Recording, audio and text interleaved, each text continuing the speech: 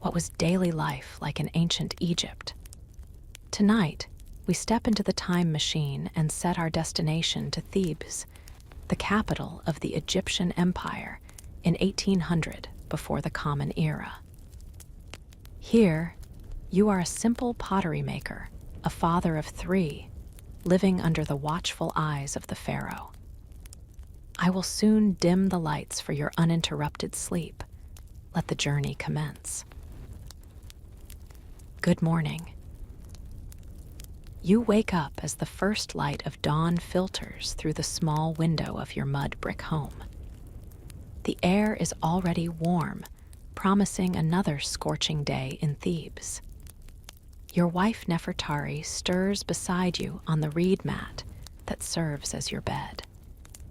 The linen sheet that covered you both during the night has been pushed aside in the heat. You can hear the soft breathing of your children in the adjacent room, still lost in dreams. You stretch your arms and feel the familiar ache in your shoulders from yesterday's work at your pottery stall. The smell of the Nile wafts through your home, a mixture of wet earth and fish that has become so familiar you barely notice it anymore. Outside, you hear the first calls of merchants and farmers heading to their daily labors. The city is waking up. Your feet touch the cool, packed earth floor as you rise. Nefertari is already up, tying her long black hair back with a strip of linen. She gives you a sleepy smile. You have been married for 15 years now, and her face still brings you joy each morning. The wrinkles around her eyes have deepened with time, but to you, she remains as beautiful as the day her father agreed to your marriage proposal.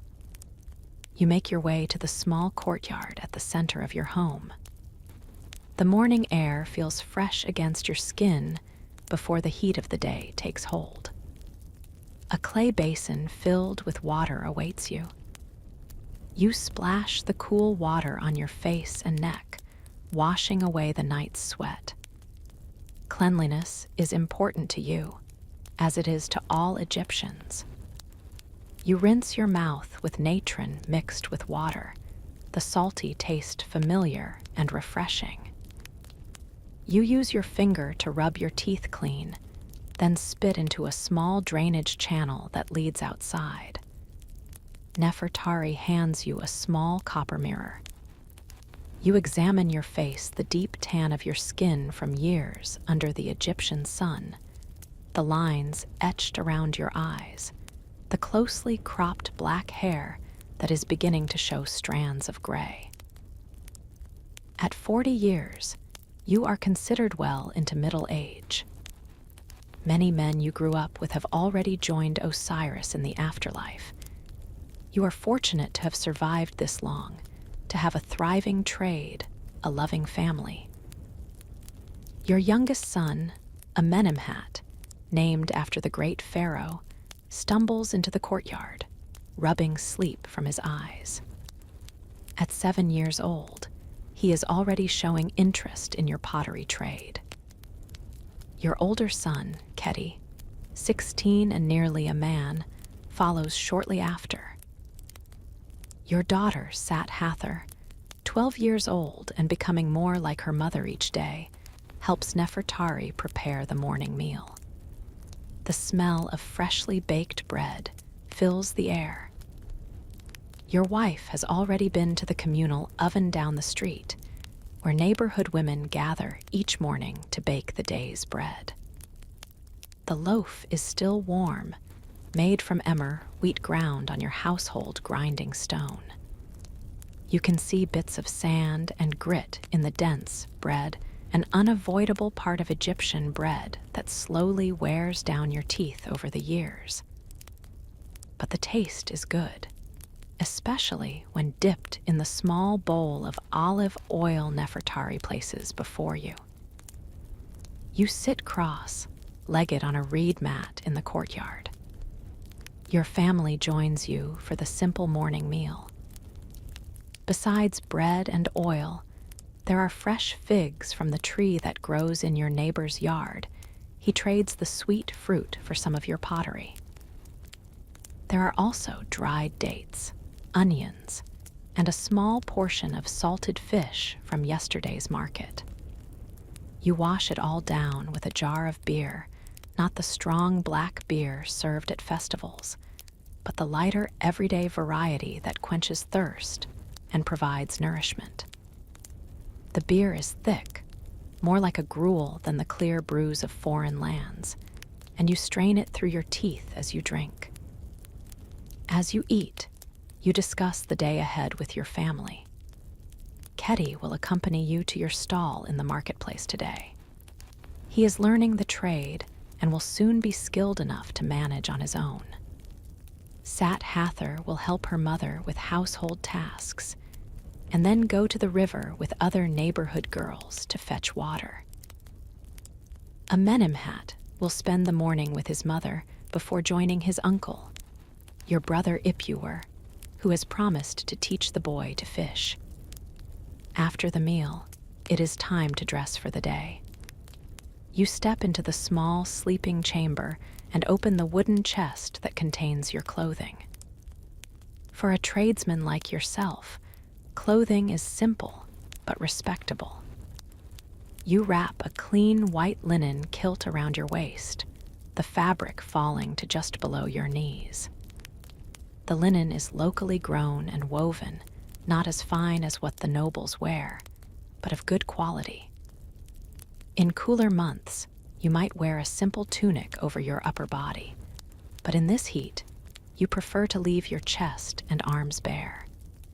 You slip your feet into sandals made of woven papyrus reeds. They are beginning to fray at the edges. You make a mental note to barter for a new pair soon. Around your neck, you place a simple amulet of Thoth, the god of wisdom and writing. Though you are not highly educated in the formal sense, reading and writing are skills reserved mostly for scribes and priests. You have learned enough hieratic script to keep records of your business transactions. The amulet was a gift from your father when you took over the family pottery trade, and you believe it brings you good fortune in your dealings. Nefertari approaches with a small clay pot containing coal, a black powder made from galena. With practiced hands, she applies it around your eyes using a thin reed stick. The coal is not merely decorative, it helps reduce the glare of the bright Egyptian sun and is believed to ward off eye diseases and evil spirits. The familiar weight of it around your eyes makes you feel properly dressed. Your wife then hands you a small alabaster jar containing scented oil. You dab a small amount on your neck and wrists. The oil helps keep your skin from drying in the harsh climate and masks the inevitable body odors that develop throughout a busy day. The scent is pleasant, a mixture of myrrh and cinnamon, expensive but worth the cost for a man of your standing. Keddy appears, dressed similarly to you but without the amulet. He has applied his own coal, though somewhat unevenly. You smile and help him adjust it. Your son is growing tall, already reaching your shoulder. His face still has the softness of youth, but you can see the man he will become. You feel a surge of pride he will carry on the family tradition, perhaps even expand the business beyond what you have achieved. Before leaving, you stop at the small household shrine in the corner of your main room. Here stands a simple wooden statue representing Khnum, the ram-headed god of creation who forms people on his potter's wheel. As a pottery merchant, you feel a special connection to this deity. You murmur a quick prayer, asking for his blessing on the day's work. Beside the statue sits a small offering a piece of bread and a tiny cup of beer from yesterday's meal. You replace these with fresh offerings, completing your morning ritual. The sun is now fully above the horizon, and the day's heat is building. You gather your trading supplies, wax tablets for recording transactions, a small bag of copper deben rings that serve as currency, and a leather pouch containing your seal, which you press into clay to mark your goods and transactions. With Ketty at your side, you step out of your home and into the bustling streets of Thebes, ready to face the day. The narrow street outside your home is already alive with activity.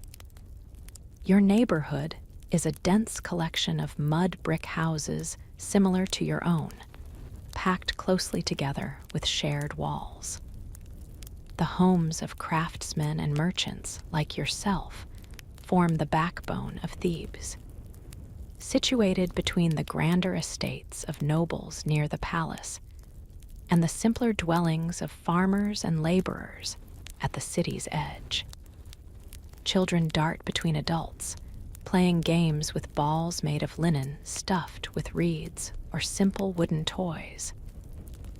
A group of women walks past, balanced water jars on their heads, returning from the morning trip to the Nile. The familiar sounds of the city envelop you people haggling over prices, donkeys braying as they carry loads, the distant chanting of priests beginning their morning rituals at the temple. The smell of the city hits you in layers, the ever-present scent of the river, the aroma of bread and cooking fires, the less pleasant odors of animal dung used for fuel, and the occasional waft of incense from a nearby shrine. Dust rises from the unpaved street as people and animals pass, coating your feet despite your sandals. You nod greetings to neighbors as you pass. There goes Senbai the carpenter, his hands perpetually stained with the oils he uses on wood. He waves cheerfully. His wife died in childbirth last year, leaving him with 3 young children. The community has helped raise them, with different women taking turns providing meals and care. Such is the way of your neighborhood in a land where death is an ever-present reality. The living must support one another. As you turn onto a wider street leading toward the market district, you pass one of the public wells, where a group of women are drawing water and gossiping. They lower clay pots on ropes into the deep shaft, then haul them up full and heavy. The well was dug at great expense by a local official seeking to curry favor with the people. His name is inscribed on a small stone marker beside it, ensuring his good deed will be remembered. You pass a small shrine where a local priest is performing a morning offering. The smell of incense, myrrh, and frankincense drifts through the air. A few people have stopped to witness the ritual, hoping that their presence might bring them a share of the god's blessing. You pause briefly, touching your hand to your heart in respect, then continue on your way. There will be time for more substantial prayers later. The street widens as you approach the heart of the city. Here, the buildings are larger, some rising to 2 or even 3 stories. You pass a school for scribes, where you can hear the stern voice of a teacher instructing his pupils in the complex art of hieroglyphic writing. Young boys sit cross-legged in the courtyard, writing on papyrus with reed pens, their faces scrunched in concentration. You feel a twinge of regret that your own education was limited to the basics needed for trade, but you made sure Ketty received more instruction than you did. He can now read and write well enough to help with the business records. As you walk, You point out details of city life to your son, continuing his practical education. "Look there," you say, gesturing to a man whose shaved head and white linen robe mark him as a priest. He serves in the temple of Ammon. Always treat the priests with respect. They speak with the gods on our behalf. Ketty nods seriously, absorbing the lesson. The streets become increasingly crowded as you near the marketplace. You pass a group of workers heading toward the edge of the city, where a new temple is being constructed. Their bodies are lean and muscular, skin darkened by constant exposure to the sun. They carry tools, copper chisels, wooden mallets, measuring cords.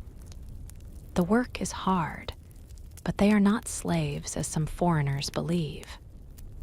They are paid laborers, mostly farmers who work on construction projects during the inundation season when their fields are underwater.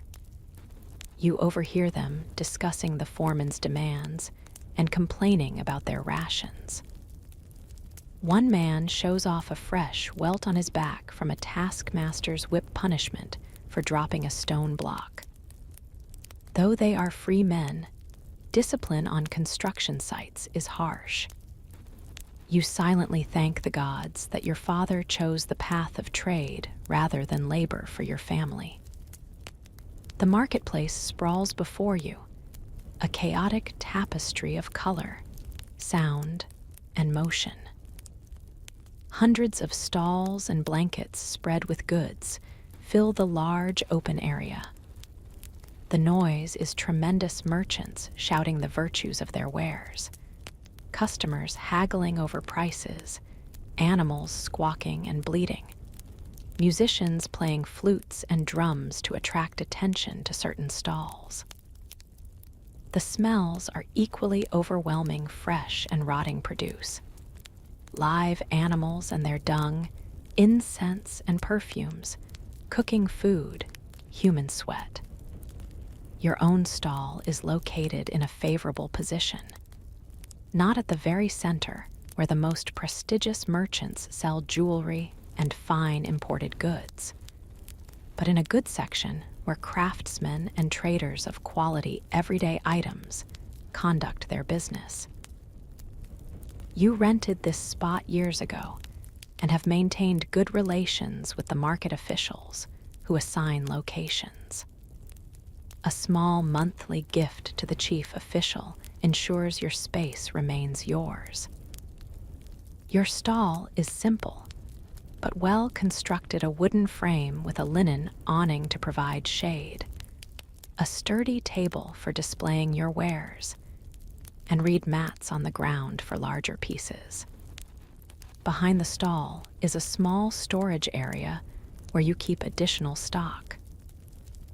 You and Ketty begin setting up for the day, carefully arranging pottery pieces to catch the eye of potential customers. Your merchandise consists of various pottery items: storage jars for grain, oil, and beer, cooking pots, serving dishes, cups and bowls for everyday use, and a few finer pieces decorated with painted designs for more wealthy customers. You don't make the pottery yourself; those days are past. Now you source your goods from several skilled potters in and around Thebes, acting as the middleman who brings their work to market. Your knowledge of quality and your network of reliable artisans make your business valuable. As you arrange a set of newly acquired beer jars, you explain to Ketty how to assess their quality. See how evenly the clay is fired. No dark spots that would indicate weakness. The rim is smooth and well formed, the base stable. This potter knows his craft. Your son listens attentively, running his fingers along the jar's surface, training his touch to recognize quality. Your first customer arrives Pentu, a brewer who regularly buys storage jars for his beer. He's a round-bellied, jovial man whose fingers are perpetually stained from the grains and herbs he uses in his brewing. "Ah, my friend," he calls out. "I need 10 new jars. The festival of Oppet approaches, and I expect to sell much beer." The negotiation begins, a dance you know well. Pentu examines the jars, pointing out minor flaws, some real, some imagined to drive down the price. You defend your wares, emphasizing their quality and durability. There is no rush. Haggling is expected and enjoyed by both parties. Finally, you settle on a price 8 deben of copper for the 10 jars, a fair amount that leaves both of you feeling satisfied with the transaction. As Pentu counts out copper rings from his pouch, you chat about city news. "Have you heard?" he asks, leaning in conspiratorially. "The Pharaoh's tax collectors are coming next week. They say our tribute to the royal granaries will be higher this year." You frown at this unwelcome news. Taxes are a necessary burden. They fund the temples, public works, and the Pharaoh's court, but increases are never welcome. After Pentu leaves, promising to send his assistants later to collect the jars, business picks up. A noblewoman's servant comes to purchase fine serving dishes for her mistress's household. A young couple, recently married, buys their first set of cooking pots. A temple official selects several ceremonial vessels for offerings. Between customers, you send Ketty on errands to fetch fresh water from a nearby well, to deliver a message to one of your potter suppliers, to buy bread from a food vendor for your midday meal. The sun climbs higher in the sky, and the heat becomes intense. Sweat trickles down your back and chest. You take frequent sips from a water jar kept in the shade of your stall. The marketplace grows even more crowded as the morning advances. You keep a watchful eye on your goods. Thieves are always a concern, though the punishment for stealing is severe, ranging from beatings to amputation of the nose or hands for repeat offenders. Around midday, the market reaches its peak of activity. The noise is deafening, the press of bodies almost overwhelming. You've made several good sales and are feeling pleased with the morning's business. Ketty returns with bread, and you add dried fish, a handful of dates, and a small clay pot of chickpea paste to complete your lunch. You take turns eating and watching the stall, sitting on low stools in the narrow strip of shade provided by your awning. As you eat, you observe the vibrant life of the marketplace. Near your stall, a storyteller has gathered a small crowd. He recites tales of the gods and ancient pharaohs, his voice rising and falling dramatically, his hands gesturing to emphasize key points. Children sit wide-eyed at his feet, while adults pause in their shopping to listen. You catch fragments of a familiar story about Osiris and his treacherous brother Seth. In another corner, a dispute has broken out between a customer and a cloth merchant over the quality of linen. Their voices rise above the general din, drawing attention. A market official hurries over to mediate before the argument can escalate to violence.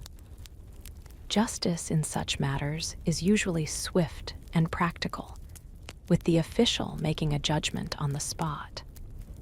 You notice a group of foreign traders, their lighter skin and strange clothing marking them as Asiatics, perhaps from Canaan or Syria.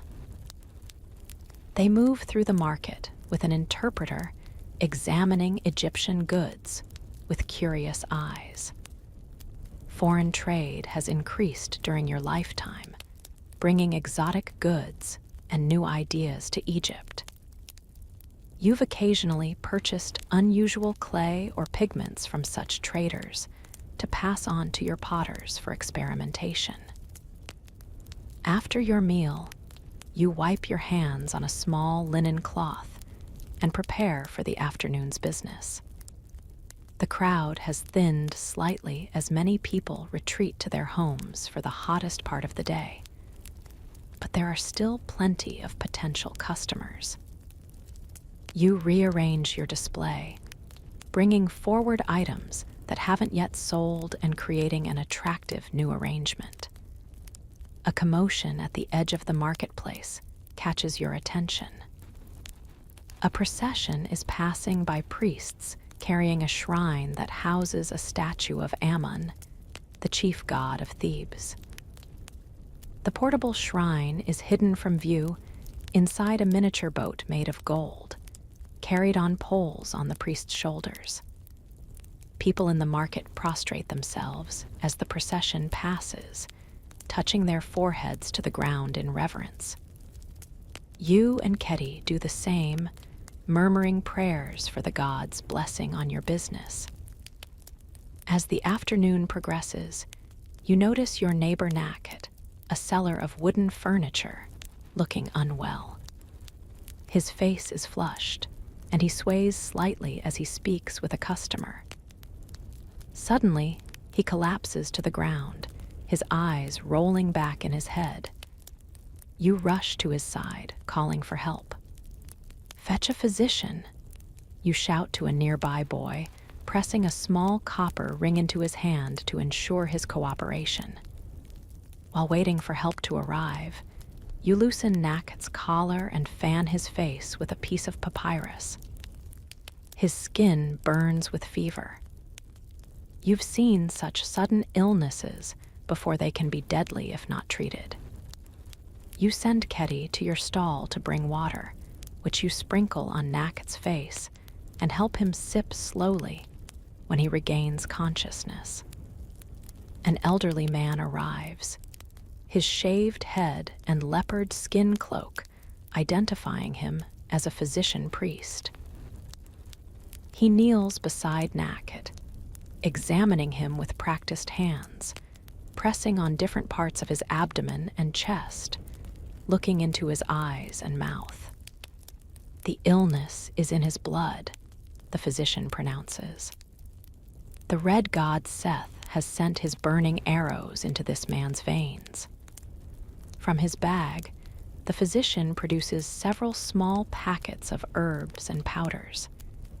He mixes some with water, creating a bitter-smelling concoction that he helps Nakhet drink. He then prepares a poultice of other herbs, applying it to Nakhet's forehead and chest. Throughout the treatment, he recites prayers and incantations. Medicine and magic are inseparable in Egypt, both necessary for healing. He must rest in a cool place, the physician tells you. The fever may worsen before it breaks. You help arrange for Nakhet to be carried home on a makeshift stretcher of wooden poles and linen. His teenage son, who had been minding their stall while Nakhet spoke with customers, looks frightened but takes charge of his father's goods, quickly packing up their display with the help of neighboring merchants. As Nakhet is carried away, you return to your own stall, shaken by the incident. Illness can strike anyone at any time. You make a mental note to visit the temple tomorrow with an offering for your neighbor's recovery. The physician's services weren't cheap. You saw Nakhet's son hand over several deben of copper, but good medical care is valued in Egypt. And physician priests undergo years of training in both practical treatments and spiritual healing. The afternoon wears on. The crowd in the marketplace has thinned considerably now, with many people resting during the hottest hours. You use this quieter time to take inventory of your remaining stock and plan what you'll need to order from your potters. Keddy practices his writing on a wax tablet, recording the day's sales and calculating the profit. Your thoughts turn to the evening ahead. Today is special. Your neighbor's daughter Merritt is to be married, and your family has been invited to the celebration. Marriages in Egypt are primarily civil arrangements rather than religious ceremonies. The couple has already signed their marriage contract before witnesses, with the bride's father and the groom negotiating the terms. The contract protects the bride's rights to property and support, even in the event of divorce, which is permitted in Egyptian society. Tonight's gathering is the festive celebration that follows the legal arrangements. There will be food, music, dancing, and the ritual escorting of the bride to her new home. Your wife has been helping prepare food for the feast since early morning, working with other neighborhood women in a communal effort to support the bride's family. As the sun begins its descent toward the western horizon, you decide to close your stall slightly earlier than usual. You carefully pack unsold items into sturdy carrying boxes, which you'll leave in the secure storage area maintained by the market officials for a fee, of course. Particularly valuable pieces come home with you. You record the day's transactions on your wax tablet, calculating your profits a good day overall, despite the disruption of Naket's illness. With your goods secured and accounts settled, you and Keddy begin the walk home through the now less crowded streets of Thebes. The worst heat of the day has passed, but the air remains warm and dry. The city has a different energy in the late afternoon, a sense of winding down and preparing for evening. Workers are returning from construction sites.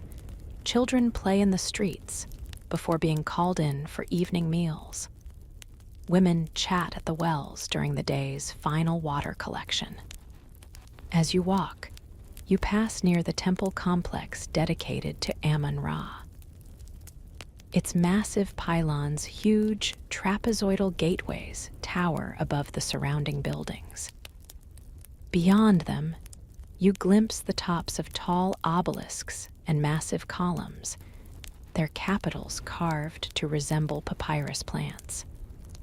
Though you rarely enter the inner areas of the temple, which are reserved for priests and high officials, the outer courtyards are accessible for public worship on festival days. Construction on a new addition to the temple has been ongoing for several years. As you pass, you observe workers on scaffolding, placing the final stones of a new wall. Others are beginning to carve hieroglyphs into the completed sections, recording the pharaoh's dedication of this expansion to the gods. The scale of the work is impressive, a testament to Egypt's wealth and the pharaoh's devotion to maintaining divine favor. You point out details of the construction to Keddy. See how they use ramps to move the heavy stones upward, you explain. And there, that man with the papyrus roll is a royal architect, directing the entire project according to plans approved by the pharaoh himself. Your son watches with interest. Though he will follow you into the pottery trade, all Egyptians take pride in the magnificent buildings created for the gods and the royal family. As you near your neighborhood, the streets narrow again and the buildings become more modest. You pass the house where tonight's wedding celebration will take place. Women are already coming and going, carrying platters of food and jars of beer. Garlands of flowers hang from the doorway, and you can hear the sound of a flute being played inside, the musician practicing for the evening's festivities.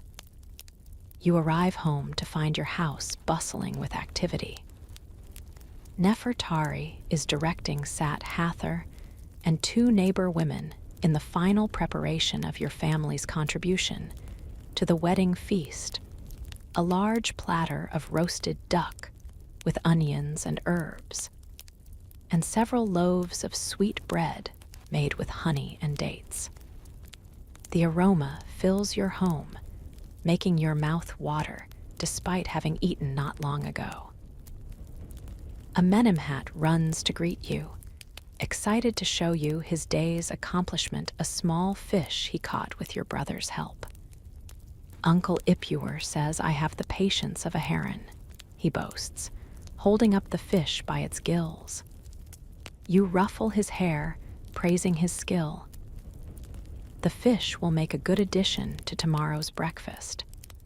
You have just enough time to wash away the dust and sweat of the day before the wedding celebration begins. In the courtyard, you strip off your linen kilt and use water from a large clay jar to rinse your body.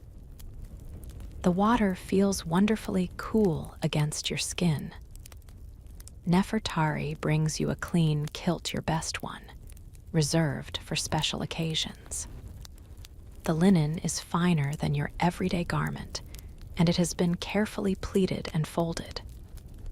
For special events, you wear more adornments than during your workday. Around your neck, you place a broad collar made of faience beads in blue, red, and gold patterns. It's not as elaborate or valuable as those worn by nobles, but it's a respectable piece of jewelry for a successful tradesman. You also slip copper rings onto your fingers and wrists, visible symbols of your prosperity. Nefertari has changed into her best dress, a fitted white linen sheath that reaches from just below her breasts to her ankles, held up by two straps over her shoulders. Around her neck is a necklace of carnelian and lapis lazuli beads that you gave her for the birth of Keti. Her eyes are dramatically outlined with fresh kohl, and she has applied red ochre to her lips and cheeks. Her hair is arranged in elaborate braids, interwoven with beads and small gold ornaments. Despite the years and children, she still takes your breath away. Your children are similarly dressed in their finest clothes. Even little Amenemhat has been scrubbed clean, his hair neatly trimmed, his eyes lined with kohl. Keti looks almost like a man in his pleated kilt and simple jewelry. Sat Hather, in a dress similar to her mother's but simpler, fidgets with excitement. At 12, she is approaching marriageable age herself, though you hope to wait a few more years before arranging her marriage. As the sun touches the western horizon, bathing Thebes in golden light, your family joins the stream of neighbors heading to the celebration. The sounds of music grow louder: drums, flutes, and sistrums. Sacred rattles create a joyful rhythm. The bride's house and courtyard have been decorated with flowers and colored linen streamers. Clay lamps filled with oil stand ready to be lit as darkness falls. The bride, Merit, sits in a special chair, surrounded by female relatives and friends. She is 17, considered a good age for marriage. Her dress is the finest linen, and she wears more jewelry than she has likely ever worn before some pieces borrowed from relatives. Others gifts from her new husband and his family. Her face is painted with elaborate cosmetics, and her hair has been arranged in an intricate style, topped with a crown of flowers. She looks beautiful but nervous, her eyes downcast as guests arrive to congratulate her. The groom, Senenmut, stands with a group of men, including his father and brothers. He is a scribe in the temple administration, a good match for Merit, whose father is a successful carpenter. The young man looks proud, but also somewhat anxious, accepting congratulations and good-natured teasing from friends and relatives. You and your family add your gifts to the pile accumulating near the couple, a set of fine pottery dishes from your stock, selected specifically for their quality and beauty. Such gifts help the new couple establish their household and symbolize the community's support for their union. Servants and family members distribute food and beer to the guests. You accept a wooden bowl filled with a rich stew of beef, a luxury reserved for special occasions, onions, and herbs, along with fresh bread for dipping. The beer served at celebrations is stronger than everyday beer, dark and sweet, with a higher alcohol content. You sip it slowly, knowing from experience that too much too quickly can lead to embarrassing behavior. As you eat and drink, you socialize with neighbors and friends.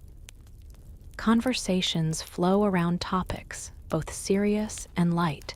The Nile's expected inundation this year, the new tax assessment, a recent proclamation from the pharaoh, gossip about a wealthy merchant caught in an affair with his servant.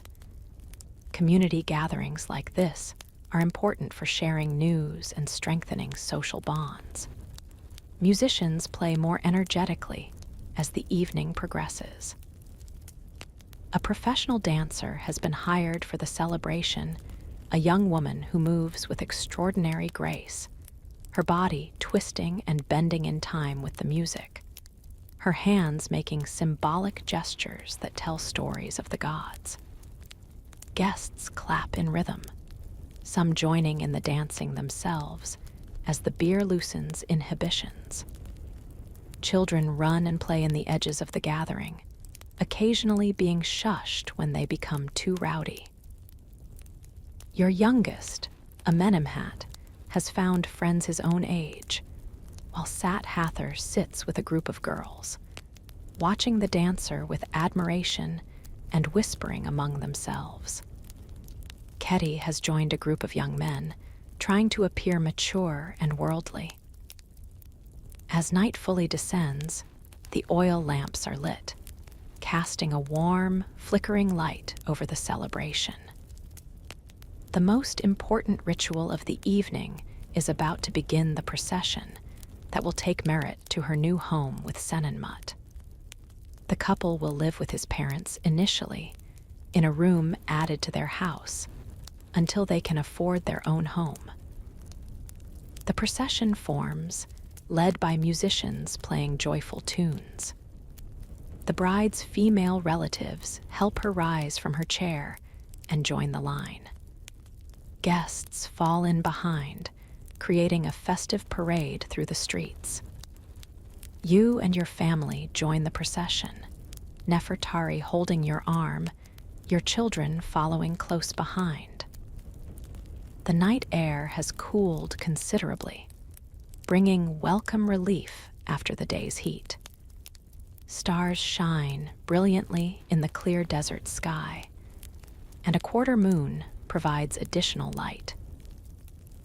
The procession winds through narrow streets, the music announcing its approach, causing neighbors to come to their doors to watch and call out blessings to the couple. At Senenmut's family home, the procession is welcomed with more food and drink. The most solemn moment of the celebration occurs when Merit's father places her hand in Senenmut's, formally transferring responsibility for her welfare to her new husband. Prayers are offered to Hathor, goddess of love and marriage, and to Bes, the the protective household deity who safeguards women in childbirth and children in their early years. The celebration continues late into the night, but you and Nefertari decide to leave after the formal ceremonies are complete. Tomorrow is another workday, and the market opens early. You gather your sleepy children. Amenemhat is already half asleep in your arms and bid farewell to the hosts, offering final congratulations to the new couple. The walk home through darkened streets is peaceful. Oil lamps placed in niches along some walls provide occasional pools of light. A night watchman passes, carrying his own lamp, and a wooden club crime is relatively rare in your neighborhood, but not unknown. He nods respectfully, recognizing you as a resident. At home, the children quickly prepare for sleep, tired from the day's activities and excitement. You and Nefertari sit for a while in the courtyard, enjoying the cool night air and discussing the wedding. Merit will make a good wife, Nefertari observes. She has been well trained by her mother in household management. You agree, adding, and Senenmut has good prospects in the temple administration. Their match is well made. Your thoughts turn to your own daughter, Sat Hather. We should begin considering suitable matches for her in another year or two, you say. Nefertari nods thoughtfully. The son of Ippi, the goldsmith, seems a promising young man. And their family has connections that could benefit Keti's future in trade. These considerations are important. Marriage in Egypt is as much about creating beneficial family alliances as it is about the couple themselves. Before retiring to sleep, you perform one final duty of the day. In a corner of your main room stands a small shrine to your household gods and to your ancestors. Here you keep a simple statue representing your deceased parents and grandparents. You light a small oil lamp before the shrine and offer a brief prayer, asking for their continued protection of your family and home. The day has been long and full.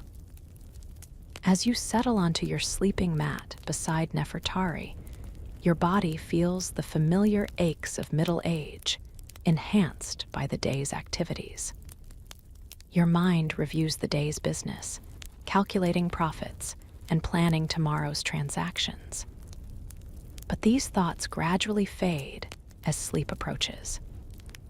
Your last conscious awareness is of the sounds of night in Thebes, the distant barking of dogs, the soft hooting of an owl, the rustle of a night breeze through the palm trees in a nearby garden. Then, sleep claims you, carrying you to the realm of dreams, where perhaps the gods will send you omens of what tomorrow may bring. But tomorrow is another day in the continuing cycle of life in eternal Egypt, under the watchful eyes of the gods and the protection of divine Pharaoh. May he live forever. The next morning arrives with the same relentless rhythm that has governed Egyptian life since the beginning of time. You wake before dawn, your body attuned to the cycle of the sun after decades of rising early. Today, however, you have a special purpose beyond your usual market duties. Your brother's son, Userhat, has returned from a trading expedition to Nubia, and you plan to visit him before heading to your stall.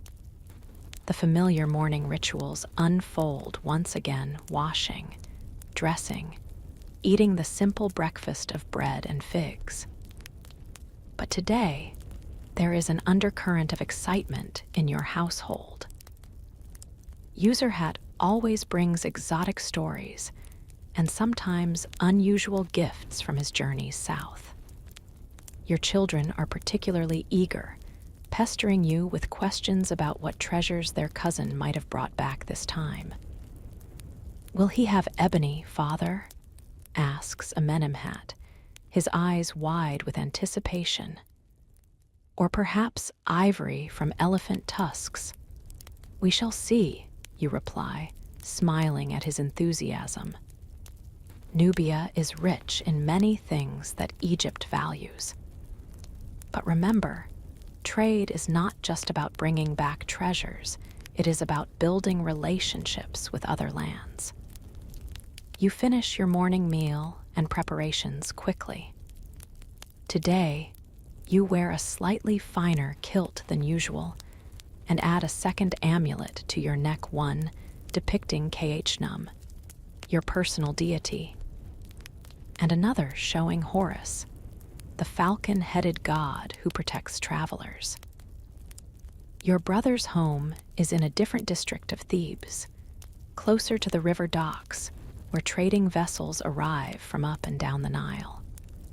As you prepare to leave, Nefertari hands you a small package wrapped in linen. "Honey cakes for your brother's family," she explains, "made with the best honey from the market."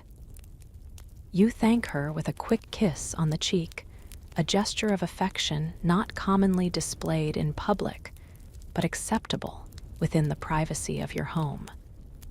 You set out alone, leaving Ketty to prepare the market stall. The streets are just beginning to fill with early risers bakers carrying trays of fresh bread to sell, farmers bringing produce from fields outside the city, priests walking purposefully toward temples for morning rituals. The air feels unusually fresh, with a slight breeze coming from the river, a welcome respite from the typical still heat. Your path takes you through parts of Thebes you don't visit daily. You pass the district of weavers, where you can already hear the rhythmic clacking of looms as men and women create the fine linen for which Egypt is renowned. The smell of dye vats wafts from workshops indigo, ochre, and other colors being fixed into fabrics. Workers call greetings to each other as they begin their day's labor. Next, you walk through an area where stonemasons have their workshops. The sound of metal on stone rings out the tap, tap, tap of craftsmen, creating everything from simple grinding stones to elaborate statues and architectural elements. Dust fills the air, coating every surface with a fine white powder. The masons themselves appear ghostly, their bodies and clothes covered in stone dust, only their dark eyes standing out clearly. As you approach the river, the character of the city changes. The streets widen, and the buildings become more substantial. This is where wealthy merchants and officials connected to river trade have their homes and offices. Some buildings rise to 3 stories, with painted facades and carved wooden doors. Gardens are more common here, with carefully tended trees providing shade and beauty. The smell of the Nile grows stronger, that distinctive mixture of wet earth, fish, and the indefinable scent of water that has traveled thousands of miles from its source deep in Africa. You can hear the shouts of dock workers and sailors, the creaking of wooden boats, the splash of oars in water. The docks are always busy, for the Nile is Egypt's highway, carrying goods, people, and news up and down the country. Your brother Ipuwer's home stands near the docks, a solid 2-story building with a walled courtyard. As a trader who organizes expeditions to Nubia and other distant lands, he has prospered more than you, though your own pottery business provides a comfortable living. There is no jealousy between you, in fact. You take pride in his success, just as he respects your steady, reliable trade. You knock on the wooden door, and it is opened by a Nubian servant, evidence of Ipuwer's connections to the south. The man recognizes you immediately and bows slightly. "Welcome, brother of my master," he says in accented Egyptian. "They await you in the garden courtyard."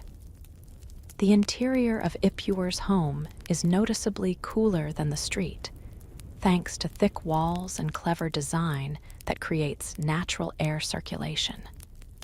The floors are tiled in painted ceramic, likely made by one of the potters you work with, depicting river scenes with fish, birds, and lotus flowers. Wall paintings show scenes of successful trading expeditions, with boats laden with goods and foreign dignitaries greeting Egyptian traders. You follow the servant through the main room and into the garden courtyard at the center of the house. Here, a small pool filled with water reflects the morning sky. Date palms and sycamore fig trees provide shade, while carefully tended beds contain flowering plants that fill the air with sweet scents. Your brother sits on a wooden chair cushioned with linen, while his wife, T, reclines on a low couch nearby.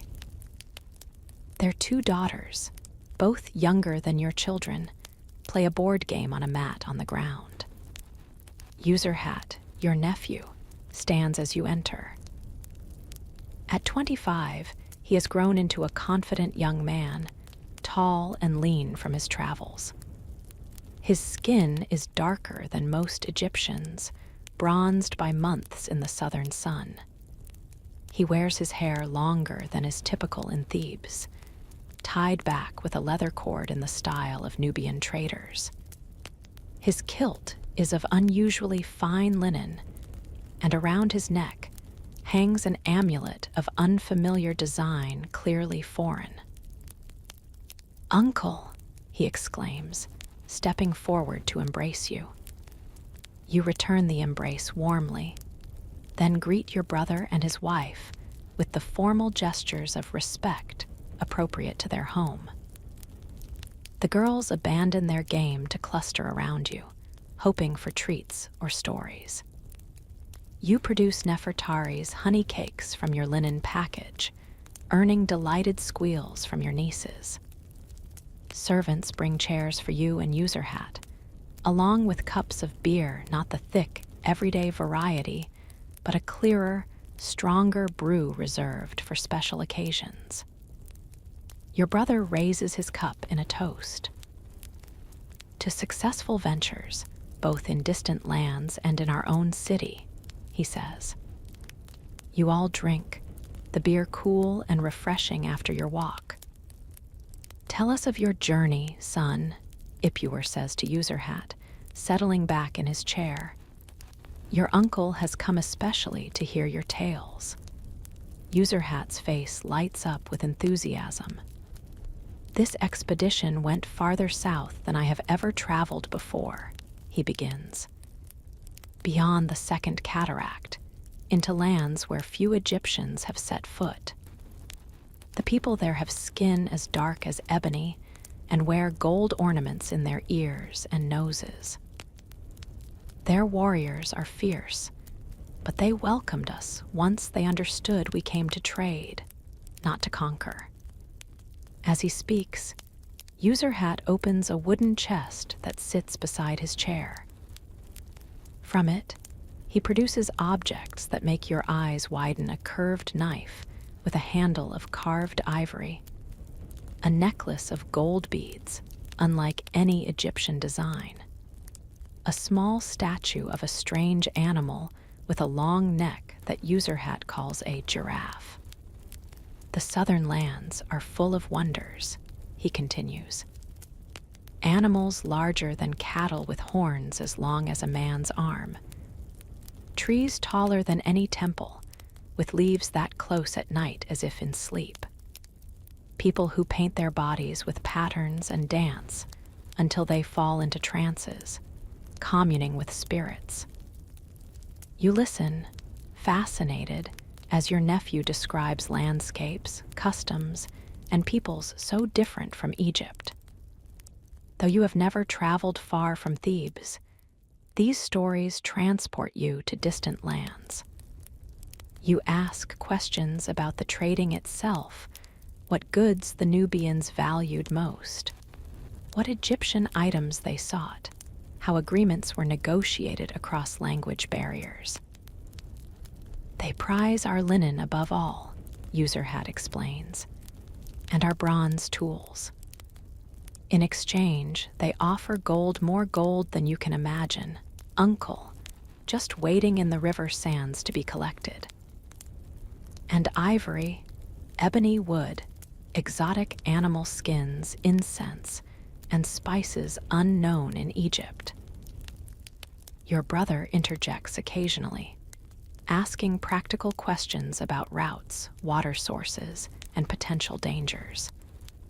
As the owner of the trading venture, he must balance the excitement of exploration with the realities of risk and profit. You can see he is pleased with his son's report. This expedition will have brought substantial wealth to the family. After nearly an hour of conversation, you reluctantly mention that you must soon leave for your market stall. Before you go, Userhat presents you with a gift, a small box made of ebony wood, its lid inlaid with ivory in geometric patterns. For your seal and valuable papyri, he says. The craftsmanship is from a village 3 weeks' journey south of Elephantine. You accept the gift with genuine appreciation. It is indeed beautifully made, the wood polished to a deep luster, the ivory inlay precisely fitted. Such a box would fetch a high price in the Theban market, and you are touched by your nephew's generosity. In return, you promise to send a set of your finest decorated pottery vessels to his home, a fair exchange that maintains the balance of gift giving so important in Egyptian society. As you prepare to leave, Ipuwer walks with you to the door. There is talk, he says quietly, of a royal expedition being planned. The pharaoh wishes to secure the southern trade routes more firmly. Userhat may be asked to serve as a guide. This is significant news. Royal service brings prestige and potential rewards, but also dangers and obligations. You clasp your brother's shoulder. A great honor for your son, you reply. May Horus protect him if he goes. Ipuwer nods solemnly. We live in interesting times, brother. The pharaoh looks outward, seeking to expand Egypt's influence. There are opportunities for those bold enough to seize them. You ponder these words as you make your way back through the city toward the marketplace. Your own life is stable, predictable, the daily rhythm of trade, family, and community. But perhaps through Keti, your family too might someday reach beyond Thebes to wider horizons. Your son has both your practical knowledge of trade and more formal education than you received. What might he achieve in this Egypt that seems to be awakening to the wider world? The marketplace is in full swing when you arrive. Keti has set up your stall efficiently, and several regular customers have already made purchases. You slip into the familiar routine of displaying wares, negotiating prices, and chatting with buyers and neighboring merchants. But your mind occasionally drifts to Userhat's tales of distant lands and strange peoples. Around midday, an unusual customer approaches your stall, a man whose shaved head, leopard skin cloak, and white linen kilt mark him as a high-ranking priest. Such men rarely shop in the market themselves, typically sending servants for their household needs. You straighten respectfully as he examines your pottery with a critical eye. "You are the merchant called Renzi," he asks, using your full name rather than the familiar form used by friends and family. "I am, honored one," you reply with a slight bow. "I am a Menimhat, high priest of Khnum at the Temple of Karnak," he says. "The name is common the same as your youngest son's, but the title commands immediate respect.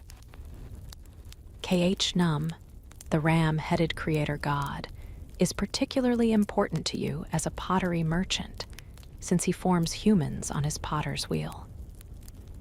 The temple requires new vessels for the daily offerings," the priest continues. 20 wine jars, 30 beer jars, and 50 offering bowls. They must be of the finest quality, without flaw, suitable for divine service. This is an extraordinary order far larger than your typical transactions and prestigious as well. Pottery used in temple rituals must meet exacting standards, but such orders also command premium prices. Your mind races, calculating which of your supplier potters could fulfill such a commission and how quickly. "It would be my honor to provide vessels worthy of the god's service," you say carefully. "May I ask when they would be required?" "Before the next full moon," the priest replies. "They will be needed for the festival of Khnum's manifestation." That gives you just over 2 weeks a tight schedule for such a large order of premium items, but not impossible. You discuss specific requirements, the exact sizes needed, the preferred clay type, whether any decorative elements are required. The priest is precise in his descriptions, clearly knowledgeable about pottery despite his exalted position. You agree on a price that is fair but generous temples can afford to pay well, and it would be both impious and foolish to overcharge them. The priest makes a small deposit in silver, a metal more valuable than the copper you typically handle. You write out a receipt on a piece of papyrus, marking it with your seal pressed into a small clay disc that you attach to the document. As the priest leaves, promising to send temple servants to collect the completed order, you feel a surge of pride and excitement. A commission from the Temple of Karnak is no small matter. It could lead to regular temple business and enhance your reputation among other merchants. You immediately send Keti to deliver messages to your 3 most skilled potter suppliers, asking them to come to your home this evening to discuss the commission. The rest of the afternoon passes in a blur of routine transactions, though you find yourself treating each customer with extra attention, buoyed by the prestige of the temple order. When the market begins to quiet as evening approaches, you and Keti pack up your remaining wares with particular care. On the walk home, you explain to your son the significance of the temple commission and your plans for fulfilling it. "This could change our business," you tell him. "Temple contracts are steady and reliable. If we impress the priests with this first order, there could be many more." Keti listens attentively, asking intelligent questions about how you'll divide the work among potters and ensure consistent quality. You're pleased by his grasp of the practical challenges he's learning quickly, showing the business acumen that will serve him well when he eventually takes over the trade. At home, you share the news with Nefertari, who immediately begins planning a special meal for the potters who will be visiting to discuss the commission. Your house becomes a flurry of activity. Sat Hather is sent to buy additional food from nearby vendors. Amenemhat is tasked with sweeping the courtyard where you'll receive your guests. And you yourself bring out your business records to review the capabilities and past work of each potter you plan to employ. As the sun begins to set, turning the western sky to gold and crimson, the potters arrive one by one. First comes Tahodub, an older man who has been creating pottery for over 30 years. His hands are permanently stained with clay, his fingers slightly bent from decades of shaping vessels, but his work is consistently excellent. Next is Sobuk, middle-aged like yourself, known for his precise, elegant forms and reliable delivery. Last arrives Nakti, younger than the others, but remarkably talented, especially with decorative elements and unusual shapes. You receive them in your courtyard, where Nefertari has arranged cushions around a low table bearing jugs of beer, bread, and simple appetizers, dried fish, olives, and roasted chickpeas. After the customary greetings and small talk, you explain the temple commission, emphasizing both the opportunity it represents and the exacting standards required. The vessels must be perfect, you stress. Not merely good enough for household use, but worthy of the gods themselves. Any flaws, even small ones we might normally overlook, would be an offense to KH-Num and a stain on all our reputations. The potters nod solemnly, understanding the stakes. You discuss the division of labor. Tahodub will create the wine jars, which require the most experience to shape properly. Sobuk will handle the beer jars, which must be uniform in size and shape. Nakti will make the offering bowls, where his skill with decorative elements can be showcased with subtle designs appropriate for temple use. You negotiate fair prices for their work, slightly higher than usual given the premium quality required and the tight timeline. Each potter makes notes on a wax tablet or papyrus scrap, recording the specifications. You arrange a schedule for checking their progress and a final delivery date that allows you time to inspect every piece before presenting them to the temple. As the discussion concludes and the meal is served, the conversation turns to wider topics news from other parts of Egypt, carried by traveling merchants. Rumors about the pharaoh's plans for a military campaign in the north. Complaints about rising prices for certain raw materials. This kind of information exchange is valuable for your business, helping you anticipate market changes and adapt accordingly. After the potters leave, you sit with Nefertari in the cooling evening air, discussing the day's events. The gods have favored us, she says, pouring you a final cup of beer. First Userhat's safe return, then this temple commission. We should make a special offering of thanks. You agree, suggesting a visit to the temple of KH-Num tomorrow morning before the market opens. Your wife leans against you comfortably, her head on your shoulder, a rare moment of quiet intimacy in your busy lives. Your children have already gone to sleep. The house is peaceful. And for this moment, all seems right with your world. The next morning, you rise even earlier than usual. Today, you will visit the temple before heading to the market, and temple rituals begin at dawn. You dress with special care, wearing your finest kilt and all your best jewelry. Nefertari prepares a basket containing offerings: a loaf of bread shaped like a conical cake, a small jar of honey, a bunch of fresh lotus flowers purchased yesterday specifically for this purpose. You walk through streets still shadowed in pre-dawn dimness. The air is cool and damp with night dew that will soon evaporate in the day's heat.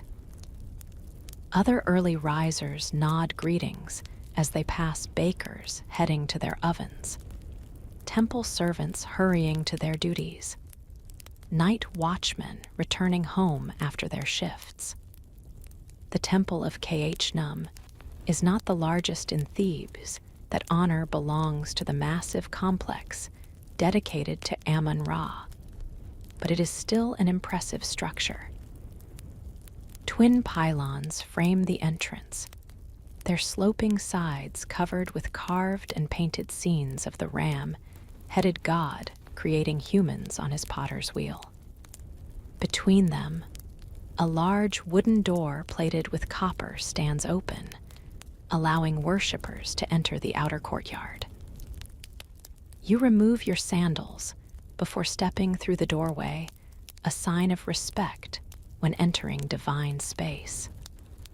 The stone floor feels cool beneath your bare feet. In the outer courtyard, other worshippers are already gathered, mostly craftsmen and their families, as Khnum is particularly associated with creative work. A few nod in recognition as you and Nefertari find a place to stand. The rising sun gradually illuminates the courtyard, its rays eventually reaching the entrance to the inner temple, where only priests may enter.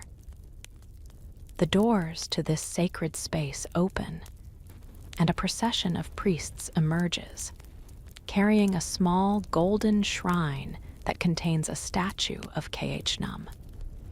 The statue itself is not visible to ordinary worshippers, but its divine presence is felt by all.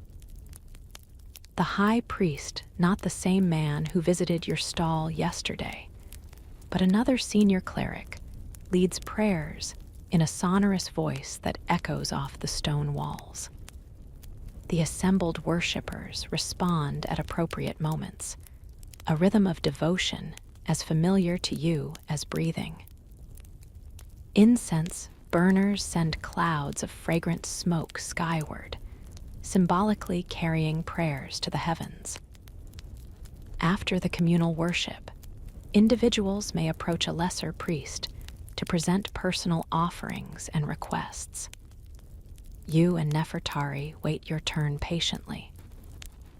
When you step forward, you place your basket of offerings on the stone altar and state your purpose.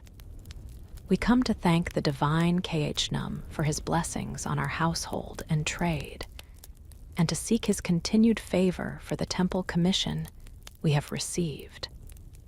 The priest nods approvingly, accepting your offerings with a brief prayer of blessing. He dips his fingers in a bowl of sacred water and sprinkles a few drops on your foreheads, a ritual purification and blessing. You feel a sense of peace and rightness, a connection to the divine order that underlies Egyptian life. As you leave the temple, the sun now fully above the horizon, you discuss with Nefertari how to approach the day ahead. She will visit each of the potters' workshops to check on their initial preparations for the temple commission, while you manage the market stall as usual. Your wife's eye for quality is as keen as your own, and the potters respect her judgment. The market day proceeds smoothly. Regular customers visit your stall, and you make several good sales. Between transactions, you make notes on your wax tablet about supplies you'll need to restock and potential new items to add to your inventory. A merchant recently returned from the Delta region mentions that a new style of glazed pottery is becoming popular in the north, something to investigate for your more fashion-conscious customers. In the late afternoon, Nefertari joins you at the market, bringing positive reports from the potters' workshops. All three have begun work on the temple commission, preparing clay and sketching designs.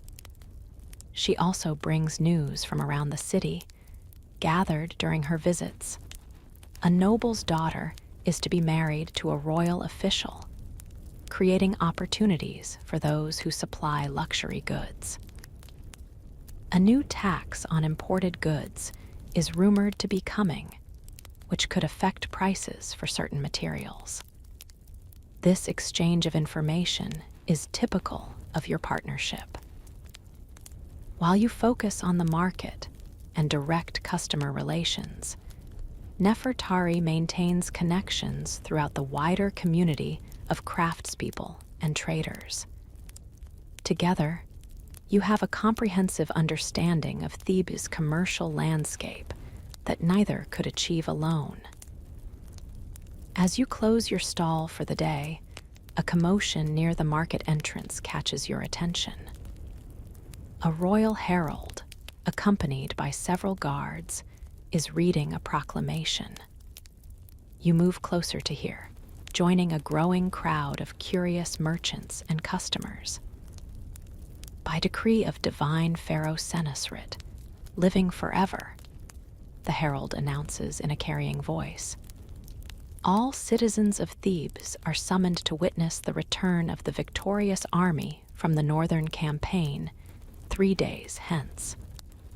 The soldiers will process through the city with captives and spoils of war, culminating in the pharaoh's Thanksgiving offering at the temple of Amun-Ra.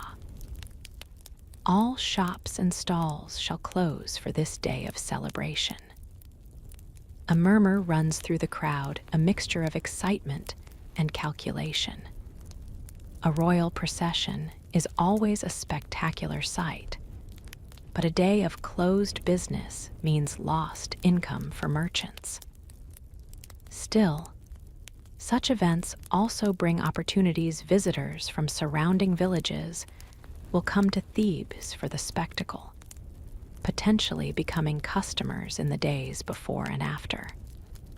As you and Nefertari walk home, you discuss how to make the most of this situation. We should prepare extra stock for the days leading up to the procession, you suggest. Visitors will want to purchase souvenirs of their time in the city, and perhaps some special pieces with military themes, Nefertari adds thoughtfully. Pottery decorated with scenes of victory would sell well in such a climate. You nod, already planning which of your potters might create such pieces on short notice. Nakhti, with his skill for decorative work, could likely produce a small number of commemorative bowls or cups in time for the increased pre-procession business. At home, you find an unexpected visitor waiting, your uncle Senbai, your father's brother, who lives in a village some distance from Thebes. He is elderly now, his back bent with age, his face deeply lined, but his eyes remain sharp and alert. The children cluster around him. Excitedly, visits from their great-uncle are rare treats, as he usually comes to the city only for major festivals or family events. After greetings and refreshments are exchanged, Senbai explains the purpose of his visit. My time grows short, he says matter-of-factly, the Egyptian approach to death being practical rather than fearful. I have come to discuss my tomb and funeral arrangements. This is a solemn matter, but not a mournful one. For Egyptians, preparing properly for the afterlife is one of life's most important responsibilities. You listen respectfully as your uncle outlines his wishes. He has already secured a modest tomb in the necropolis on the west bank of the Nile, appropriate to his status as a village elder and landowner. Now he must arrange for the necessary funerary equipment coffin, canopic jars for his preserved organs, Ushapti figurines to serve him in the afterlife, and various offerings and amulets. I would ask you, nephew, to oversee these preparations, Senbai says. You have the knowledge of Theban craftspeople and the business acumen to ensure quality without excessive cost. You are touched by his trust and immediately agree to help. This is both a family obligation and an honor to help ensure a relative's successful transition to the afterlife is a sacred duty. You discuss practical details, which woodworker might create his coffin, which painter could decorate it with appropriate protective spells and images, which sculptor could create his Ushapti figurines. The conversation continues through the evening meal, with Senbai sharing family stories that delight your children. He remembers your father as a young man, before you were born, and his tales provide a connection to your family's past that feels especially valuable as you contemplate your uncle's eventual journey to the West, the Egyptian euphemism for death. When the meal is finished and the children have been sent to bed, Senbai produces a small wooden box from his traveling bag. I brought this for you, he says, opening it to reveal a scarab amulet carved from green stone. It belonged to your grandfather. As the eldest son of my brother, it should pass to you. You accept the amulet with deep gratitude. Scarabs symbolize rebirth and regeneration, the eternal cycle of life that continues through generations. This family heirloom connects you to ancestors you never knew and to descendants not yet born. You immediately place it on a cord around your neck, feeling its cool weight against your skin as a tangible link to your lineage. Senbai will stay with your family for several days, allowing time to make all the necessary arrangements for his tomb furnishings. You offer him your own sleeping mat, but he insists on using a simpler one in the main room, saying with a wry smile, "Save the comforts for when my bones are truly old." That night, as you lie beside Nefertari in the darkness, you reflect on the day's events from morning prayers at the temple to your uncle's preparations for the afterlife. The cycle of Egyptian life surrounds you, a rhythm as ancient and reliable as the Nile's annual flood. You fall asleep with the scarab amulet in your hand, a bridge between past and future, between this life and the next. The following days are busy with both regular business and special preparations. You divide your time between your market stall, visits to craftspeople working on the temple commission, and accompanying Senbai to arrange his funerary equipment.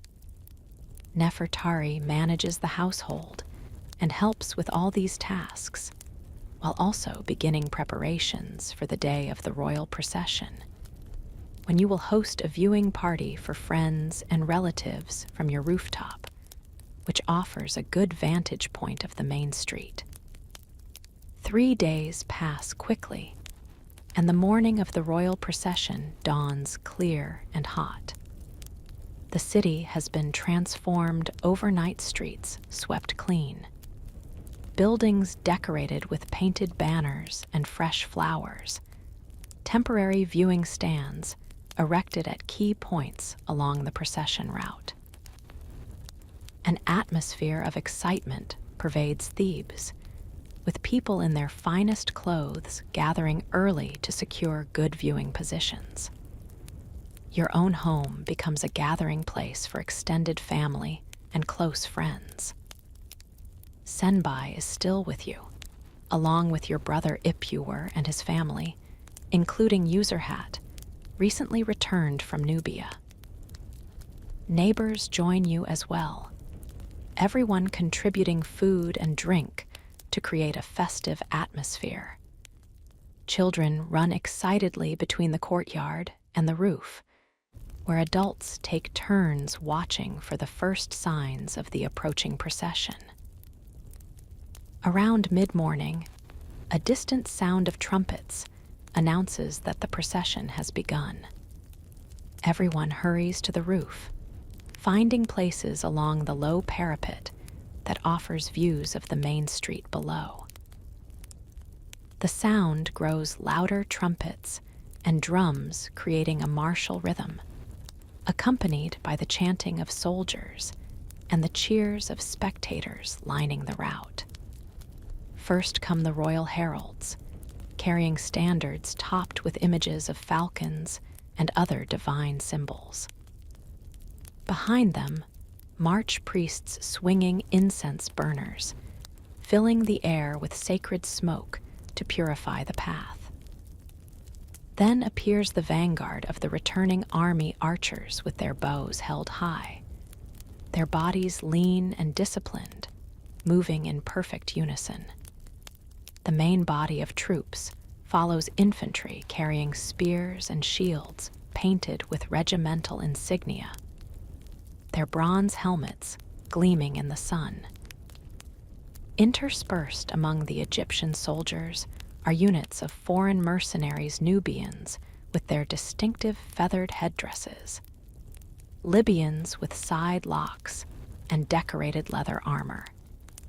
Though foreign, these warriors fight loyally for Egypt, rewarded with land and status.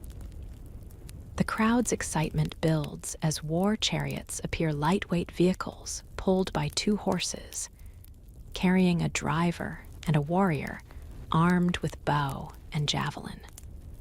Chariots are Egypt's most advanced military technology, allowing for rapid attacks and retreats on the battlefield. The horses are beautifully groomed, adorned with plumes and decorative harnesses, prancing proudly as if aware of their importance. Behind the military units come the visible results of victory-captured enemy soldiers walking in chains, their foreign appearance drawing curious stares from the crowd. They are followed by wagons laden with spoils of war weapons, luxury goods, sacks of grain, and other provisions taken from conquered territories. Scribes walk alongside, recording every item on papyrus scrolls for the royal treasury. Religious elements are interwoven throughout the procession. Priests carry sacred barks holding divine statues, bringing the gods symbolically into the celebration of victory. Temple singers and musicians perform hymns of thanksgiving, their voices rising above the general noise of the crowd. The climax of the procession approaches a group of high officials walking before the royal litter. These men represent the highest echelons of Egyptian government, the vizier who oversees administration, the high priests of major temples, the generals who planned the campaign, the overseers of royal works. Their elaborate wigs, fine linen garments, and heavy jewelry mark their exalted status. And then, the moment everyone has been waiting for Pharaoh himself appears, carried on a golden litter borne on the shoulders of noble youths. Senusrit is a middle-aged man with the strong features of his dynasty, wearing the double crown that symbolizes his rule over both Upper and Lower Egypt. His expression is serious, befitting his semi-divine status, though he occasionally raises a hand to acknowledge the adoration of his people. From your rooftop, the view is excellent but distant. Still, Even glimpsing the living god king sends a thrill through everyone watching. Children are lifted up to see, told to remember this moment. User Hat, who has seen the pharaoh at closer range during official trading missions, describes details not visible from your vantage point: the golden falcon pectoral on the royal chest, the ceremonial false beard attached to the royal chin, the scepters of power held in the royal hands. The procession continues with more troops, officials, and finally the common people who follow along, extending the celebration throughout the city. As the main spectacle passes your street, your guests begin to move back down to the courtyard, where food and drink await. The conversation is animated, everyone sharing their impressions of what they've seen, speculating about the significance of certain elements, repeating snippets of news or rumor picked up from the crowd. The rest of the day has a festival atmosphere. With businesses closed, people fill the streets, sharing food and drink, playing music, dancing. Children run games of tag and hoop rolling. Storytellers gather crowds at street corners, recounting tales of past military glories or legends of the gods. The beer flows freely, and by afternoon, many celebrants are decidedly tipsy, though public drunkenness rarely leads to serious trouble in your orderly society. Your own gathering continues through the afternoon, a pleasant reunion of family and friends. User Hat entertains everyone with tales of his Nubian adventures, while Senbai shares wisdom accumulated through his long life. The children play games in the courtyard, under the watchful eyes of mothers and aunts. You and Ipuer discuss business opportunities that might arise from Egypt's expanded influence in the north. As evening approaches, many guests depart for their own homes or to join public celebrations continuing in the city's squares and along the riverfront. Your immediate family, along with Senbai and Ipuer's household, share a final meal together as darkness falls. Oil lamps illuminate your courtyard, creating pools of golden light in which faces glow warmly. After the meal, User Hat produces a small harp he has brought from your brother's house. He plays skillfully, singing traditional songs that everyone knows, hymns to the gods, love poems set to music, working songs that accompany daily tasks. His voice is strong and true, and even the children sit quietly, enchanted by the performance. One song particularly moves you, an ancient hymn to the setting sun, thanking Ra for his daily journey and asking for his safe return in the morning. As User Hat sings, you find yourself reflecting on the day's events, on the procession celebrating military victory, on your uncle's preparations for death, on your own place in the continuing flow of Egyptian life. You are one man among thousands in Thebes, a tradesman of modest importance, neither rich nor poor, neither powerful nor powerless. Yet your life has meaning and purpose in your family, in your trade, in your community, in your devotion to the gods. You are a link in a chain stretching back to the first kings who united the two lands and forward to descendants not yet born. As the evening ends and guests prepare to leave or settle for sleep, you stand for a moment in your doorway, looking up at the star-filled sky. The same stars shone over the first pharaohs, over the builders of the pyramids, over countless generations of Egyptians who lived and worked and loved and died along this same river valley. they will shine over your children and your children's children when you have joined your ancestors in the West. There is comfort in this continuity, this belonging to something greater than yourself. Tomorrow, you will return to your market stall, to the rhythm of trade and family life. The royal procession will become a memory, a story to tell in future years. But the eternal cycle continues. The Nile will flood and recede. Crops will grow and be harvested. The sun will rise and set. And Egypt will endure, as it has since the beginning of time. With this thought, you turn back into your home, to your waiting family, to the life you have built in this ancient land beside the life-giving river.